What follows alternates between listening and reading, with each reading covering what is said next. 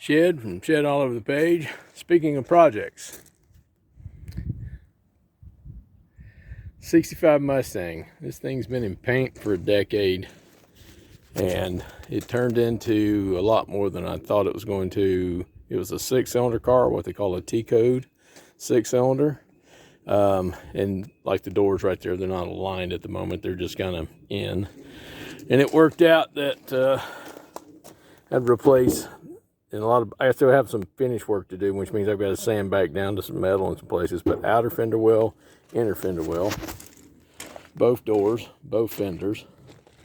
Had to split the cow in half, put patch panels in, weld the cow back down. So you take the upper cow off, repair the lower cow. I found this is 65, I found a 66 V8 park car. So it's got 289 in it. It's not a hypo. The only thing that's the same in the whole undercarriage between the 6-cylinder and the V8 is the upper and lower control arms. That's it. So I took all the guts out from under it, replaced everything, put new bushings, anything like that, tie rod ends, everything in place.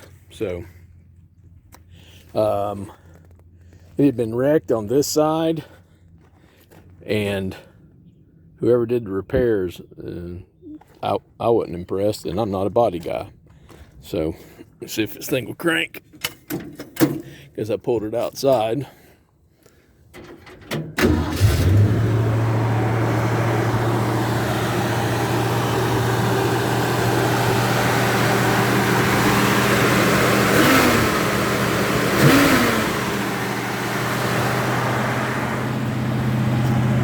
Automatic choke is slightly spooled up.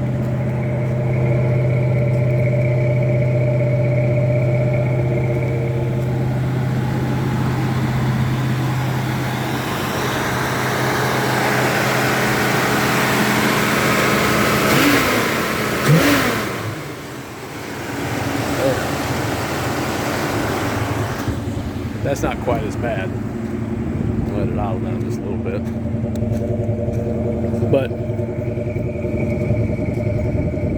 ended up inside the trunk, replaced everything in the trunk, fuel tank, rear frame rails, quite a few things. But this is this year's project. I want to get it painted. Kind of tired of it, so got to come back in and do quite a bit of little nitpicky body work here and there. And then once that's done, get painted. See if I can get the throttle off some.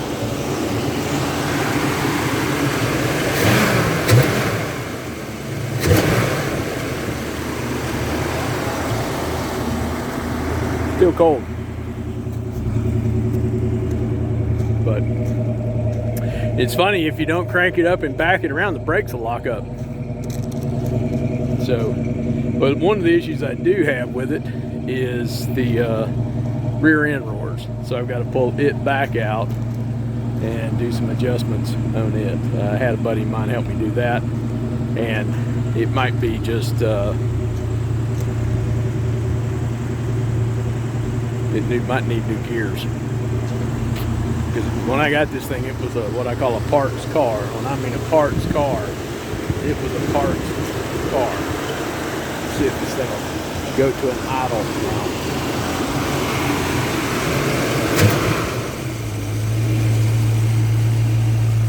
Better.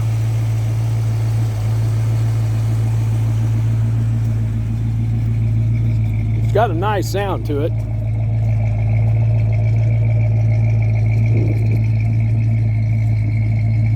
So that's one of the projects mechanically. So I've got that one, and I was going to get, I've got a 1963 Chevrolet truck that I redid back in the 80s, and it's sitting up there, and I was just going to, get it ready to run. Because I actually drove it in here and backed it up on there. So just going to look at the brakes, clean everything up, make sure all the wheel cylinders were good and not leaking. And I said, well, let me change the rear end dope.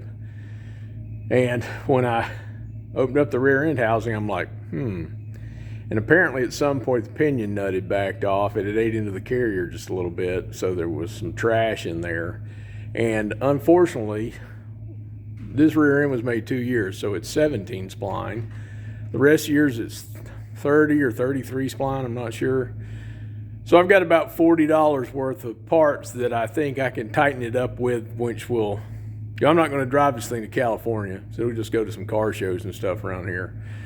But if I can get it tightened up, I know what the problem was. The drive shaft was too long, and that was because I did this in the 80s where you didn't have the internet to guide you through. And this was a 6-cylinder that I put a V8 in with a turbo 350. So it has a 350 Chevy small block with a turbo 350, and it's got a B&M ratchet shifter in the floor. It's scat. My dad helped me redid the bed in it. Used to be a black truck with like an olive gray type interior, kind of a drab interior. So he came back and did red and white. But I think this thing had like P14 tires on it. They were little bitty tiny things for the fender wells. Because those are 275 60-15s. And so you can see I've got the rear end kind of, nothing's there. I've got all the axles out. So that's a project. I've got a couple things I want to do to it. So I got to replace the water pump. I've already done all the brakes on the front end. I've got the stuff to do the brakes in the back, and I actually had new old stock.